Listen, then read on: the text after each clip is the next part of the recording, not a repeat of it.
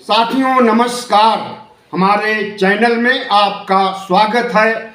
मैं हूं रामचंद्र मौर्य। कहा जाता है कि जहां धुआं उठता है वहां आग होती है। भारतीय जनता पार्टी में दिल्ली से लेकर सभी राज्यों में अगर धुआं उठ रहा है तो इसका मतलब कि आग सुलग रही है भारतीय जनता पार्टी में। लेकिन कांग्रेस में अगर कोई एक चिंगारी भी दिखाई देती है तो गोदी मीडिया उसे बढ़ा चढ़ा करके पेश करता है। भारतीय जनता पार्टी में जिस तरह से आग सुलग रही है इसकी चर्चा गोदी मीडिया, आईटी सेल कोई भी नहीं कर रहा है। वैकल्पिक मीडिया यानी यूट्यूब चैनल और सोशल मीडिया पर जरूर चर्चा हो रही है, लेकिन पर्याप्त चर्चा नहीं हो रही है कहीं भी।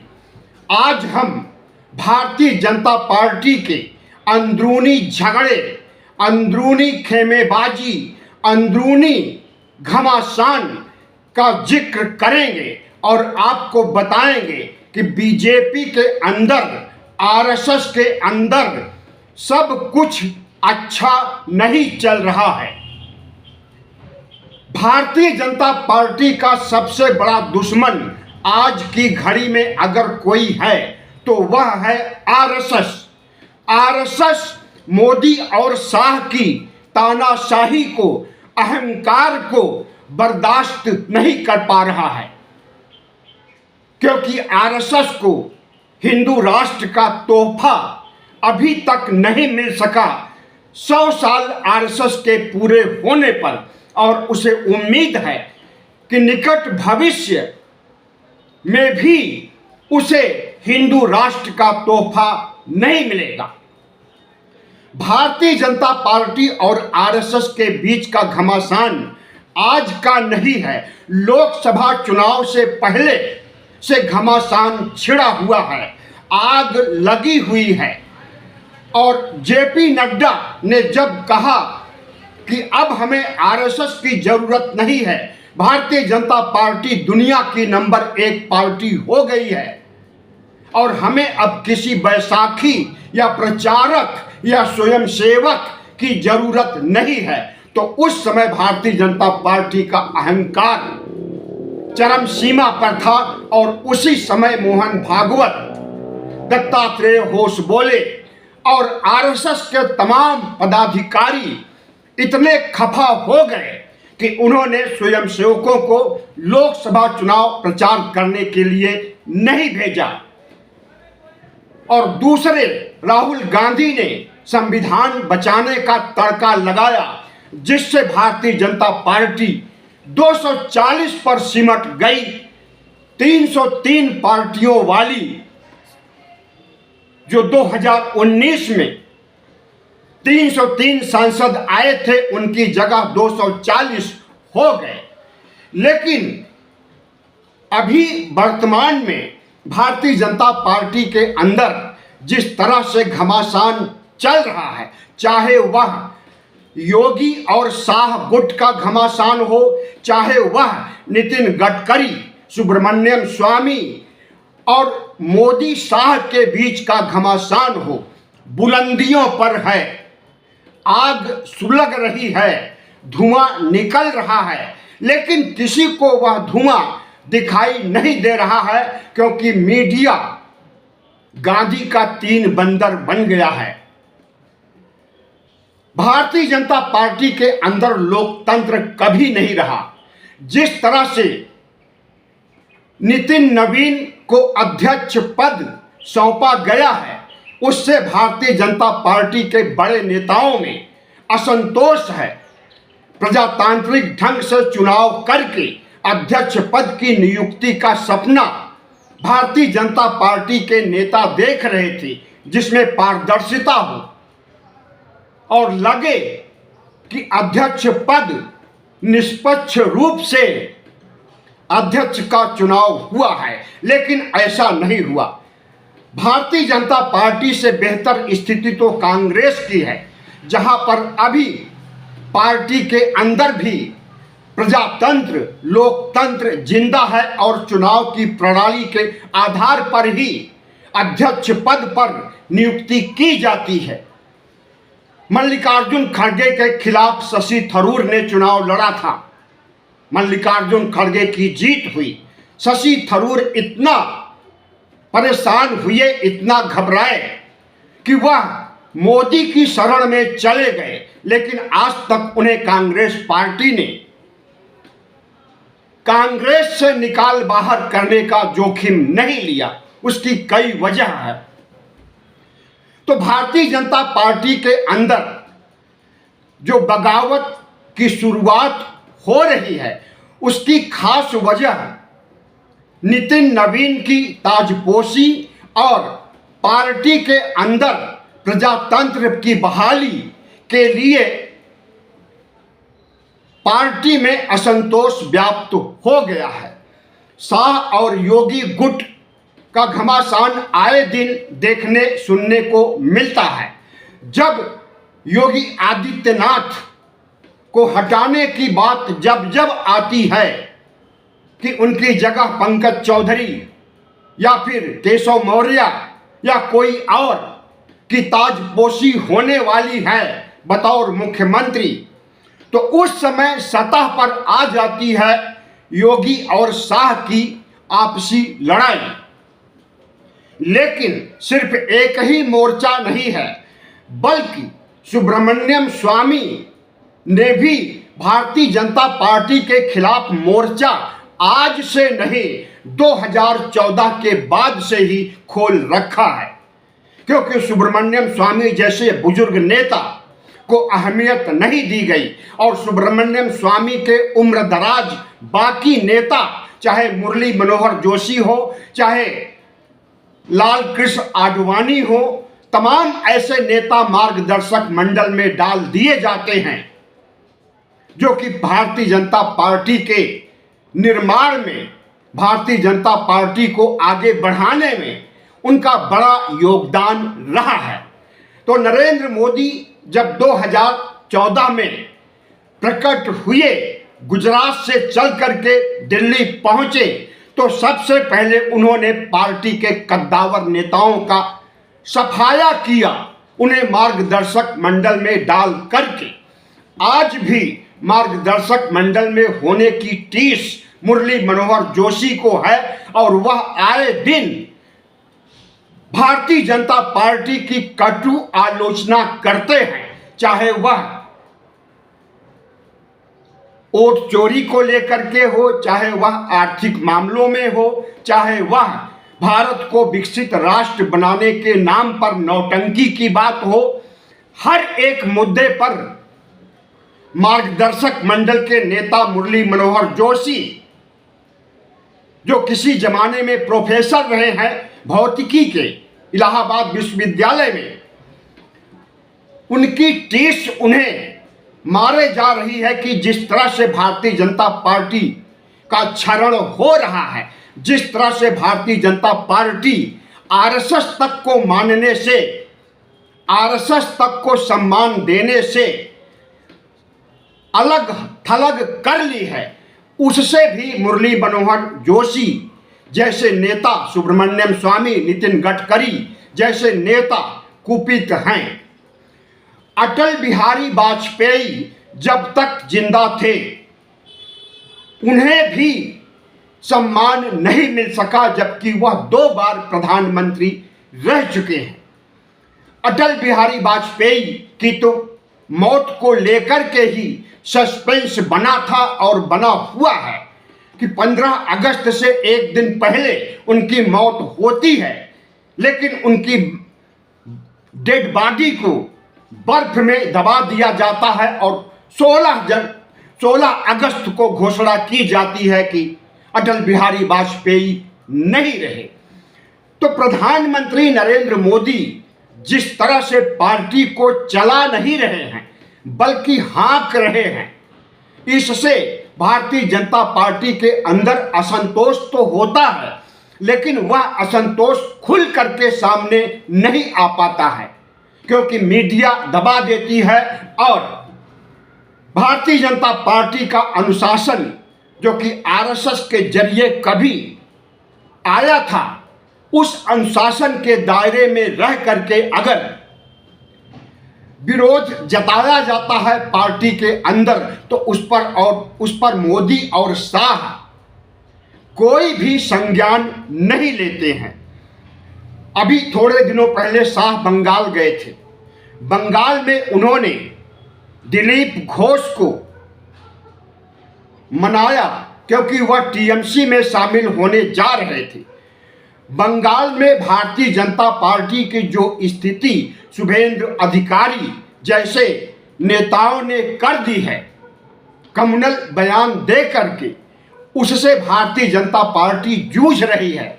और वहां आपसी लड़ाई इतना ज़्यादा बढ़ गई है कि शाह को जा करके मामले को शांत करना पड़ा और दिलीप घोष को समझा बुझा करके पार्टी में रखा जा सका। और उन्हें यह कहा गया कि चुनाव का वक्त है, ऐसे समय में पार्टी के अंदर कोई विद्रोह नहीं होना चाहिए, और अगर विद्रोह होता है तो उसे यहाँ के बड़े नेता दबाएं। इसी तरह से उत्तराखंड में भारतीय जनता पार्टी की छीछा-लेदर हो रही है। अगर उत्तराखंड में अभी चुनाव हो जाए लोकसभा का, तो वहां पर भारतीय जनता पार्टी को बुरी हार मिल सकती है। अंकिता भंडारी को लेकर जिस तरह का उबाल आया हुआ है उत्तराखंड में, और उत्तराखंड बंद भी किया गया था 11 जनवरी को, लेकिन उसकी कहीं चर्चा आपने नहीं सुना होगा। और वह बंद इतना सफल कि ऐसा बंद आज तक उत्तराखंड क्या किसी भी राज्य में सफल नहीं हुआ। तो भारतीय जनता पार्टी न सिर्फ सेंटर में कमजोर हो रही है, न सिर्फ दिल्ली में आग सुलग रही है, बल्कि डबल इंजन के हर राज्यों में कमोबेश आग भड़क चुकी है। चाहे वह भले ही प्रधानमंत्री नरेंद्र मोदी का गृह प्रांत गुजरात हो। गुजरात में तो बगावत इतना बढ़ गई है कि भारतीय जनता पार्टी के अनेक नेता भारतीय जनता पार्टी को लात मार के कांग्रेस में शामिल हो गए हैं, और यह सिलसिला अभी थम नहीं रहा है। मध्य प्रदेश में अभी शाह गए थे मध्य प्रदेश के अंदरूनी मामलों को शांत करने के लिए, तो वहां पर उन्होंने जो कुछ कहा उससे बवाल कट गया है। शाह ने मध्य प्रदेश में कहा कि शिवराज सिंह चौहान से ज्यादा ऊर्जावान मुख्यमंत्री मनोज यादव हैं। शिवराज सिंह चौहान भले ही इस समय मुख्यमंत्री नहीं है मध्य प्रदेश के, लेकिन उनके चाहने वाले, उनके समर्थकों, उन्हें वोट देने वालों, खास करके माताओं बहनों, उन्हें मध्य प्रदेश की बेटियां अपना भाई मानती हैं और लोग मामा कहते हैं।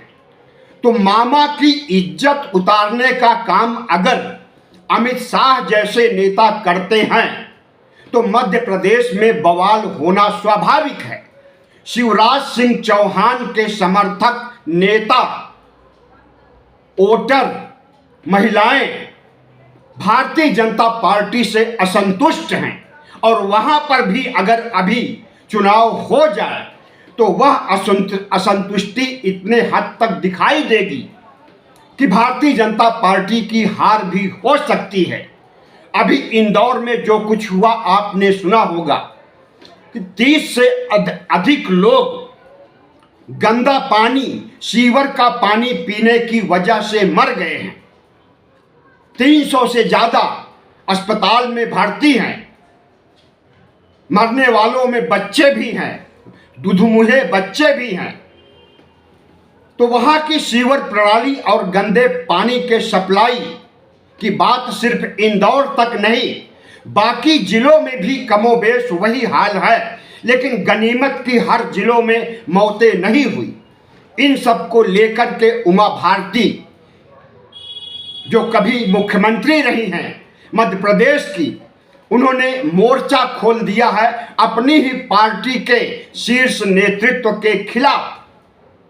और मोर्चा खोलने वालों में सिर्फ उमा भारती ही नहीं है, बल्कि मध्य प्रदेश के पिछड़े और दलित नेता भी उनके साथ खड़े हैं। कर्नाटक में येदियुरप्पा के बेटे के खिलाफ आंदोलन चल रहा है और यह वही येदियुरप्पा हैं जिन्हें मोहरे की तरह मुख्यमंत्री बनाया और हटाया गया था। कर्नाटक में भी भारतीय जनता पार्टी की अच्छी स्थिति नहीं है। कर्नाटक में डबल इंजन नहीं है, वहां कांग्रेस की सरकार है और सरकार में न होने की टीस येदियुरप्पा को तो है ही, लेकिन येदियुरप्पा से जिस तरह से कर्नाटक वासियों का मोह भंग हो रहा है और जिस तरह से एच.डी. देवेगौड़ा के पोते ने बलात्कार करके खुद ही वीडियो वायरल किया कि 4000 से अधिक महिलाओं के साथ उसने यौन शोषण किया है, उसके बाद से भारतीय जनता पार्टी की बुरी स्थिति कर्नाटक में उत्पन्न हो गई है। बिहार में एनडीए खत्म हो रहा है, भले ही सरकार बनी है, लेकिन मुख्यमंत्री पद को लेकर के मोदी और शाह अभी भी चाहते हैं कि कोई ऐसा मौका आए और जल्दी आए, और मौका आए नहीं तो लाया जाए कि बिहार में सम्राट चौधरी बतौर मुख्यमंत्री बिहार का भगवाकरण करें, बिहार को उत्तर प्रदेश जैसा राज्य बनाए कि एक बार कोई मुख्यमंत्री बन जाए तो वह कभी कुर्सी से उतरे ना और भगवा पताका हमेशा फहराता रहे, चाहे एसआईआर कराना हो, चाहे ईवीएम सेटिंग कराना हो। एक बिहार प्रांत बचा रह गया है जहां पर अभी तक भारतीय जनता पार्टी का मुख्यमंत्री नहीं बना है। इसकी छटपटाहट मोदी शाह को इतना ज्यादा है कि निकट भविष्य में नीतीश कुमार को हटा करके कोई बहाना खड़ा करके उन्हें हटा करके अपना मुख्यमंत्री बनाने की प्लानिंग है, जिसे नीतीश कुमार अच्छी तरह भांप रहे हैं, तजुर्बेकार नेता हैं। और योगी और मोदी और शाह से पहले वह कोई खेला ऐसा करना चाहते हैं कि उन्हें मुख्यमंत्री पद से 5 साल तक नहीं हटाया जा सके। इसके लिए वह अपना संख्या बल तैयार कर रहे हैं और एनडीए में ही दरार डालने, तेजस्वी को पटाने, कांग्रेसी विधायकों को पटाने, ओवैसी के 5 विधायकों को पटाने की कवायद चल रही है। तो किसी भी क्षण नीतीश कुमार और मोदी शाह में तलाक हो सकता है। जिस दिन संख्या बल नीतीश कुमार को लगेगा कि पूरा कर चुके हैं, उस दिन बिहार में एनडीए टूट जाएगा और नीतीश कुमार तो मुख्यमंत्री बने रहेंगे, लेकिन भारतीय जनता पार्टी उसमें शामिल नहीं होगी। भारतीय जनता पार्टी की जो स्थिति बिहार में है, आपसी घमासान भी तमाम नेताओं के बीच है, मलाईदार पदों को लेकर के, और जिस तरह से मोदी और शाह की नीतियां हैं उसके खिलाफ आरएसएस के दखल से बिहार में भारतीय जनता पार्टी को भुगतना पड़ सकता है। दिल्ली चाहे हो, चाहे राजस्थान हो, चाहे मध्य प्रदेश हो, हर राज्यों में मुख्यमंत्री थोपे गए हैं। हालांकि इसके दायरे में उड़ीसा भी आता है, छत्तीसगढ़ भी आता है। यहाँ पर वोटरों के वोट के आधार पर विधायकों द्वारा मुख्यमंत्री की नियुक्ति नहीं हुई है, बल्कि दिल्ली से थोपे गए हैं। और इन डबल इंजन के राज्यों में हर राज्यों में असंतोष है। राजस्थान का असंतोष तो खुल करके सामने आ गया है और अरावली को लेकर के भारतीय जनता पार्टी के राजस्थान के नेता ही मोर्चा खोल दिए हैं। धरना प्रदर्शन, सड़क जाम करना, सब कुछ चल रहा है, लेकिन यहां दिल्ली में किसी को दिखाई नहीं दे रहा है।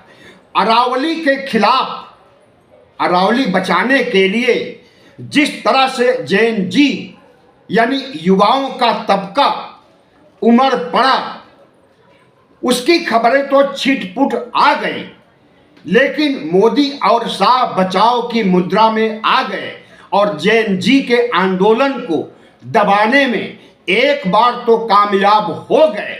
लेकिन पार्टी के अंदर जो असंतोष अरावली को लेकर के है, उसे कैसे दबाएंगे, उसे कैसे कंट्रोल में करेंगे।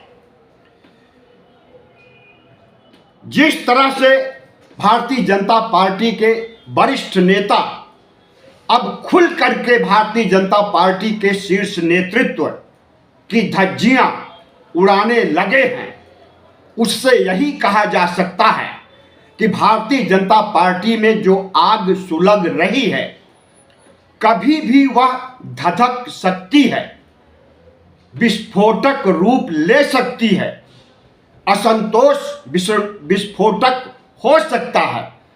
प्रधानमंत्री नरेंद्र मोदी और शाह को सब कुछ पता है, लेकिन अगर ताकत लगा करके विस्फोट को दबाना चाहेंगे तो हम समझते हैं कि भारतीय जनता पार्टी का नुकसान तो नहीं होगा, लेकिन इन दो गुजरातियों को बड़ा नुकसान होगा, क्योंकि भारतीय जनता पार्टी के अंदर आरएसएस के तमाम पदाधिकारी, स्वयंसेवक बैठे हुए हैं, जो माकूल परिस्थितियों के इंतजार में हैं, अनुकूल अवसर के इंतजार में हैं कि कब मोदी और शाह के खिलाफ विद्रोह हो और वह विद्रोह का झंडा उठा करके आगे बढ़े और दोनों गुजरातियों को गुजरात खदेड़ दे।